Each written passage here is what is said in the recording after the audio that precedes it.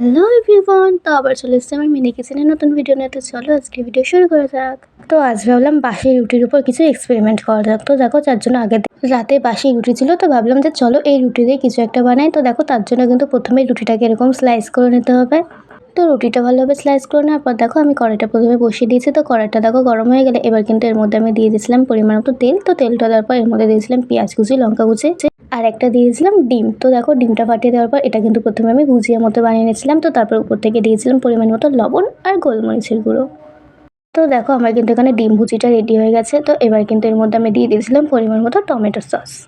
এখানে কিন্তু তোমরা চাইলে সয়া সসও দিতে পারো। তো আমার কাছে সয়া সস না থাকে, আমি খালি টমেটো সসই দিয়েছিলাম। তো যাই হোক, দেখো এরপরে কিন্তু আমি এর মধ্যে যে রুটির স্লাইসগুলো ছিল সেটাও কিন্তু দিয়ে দিয়েছি।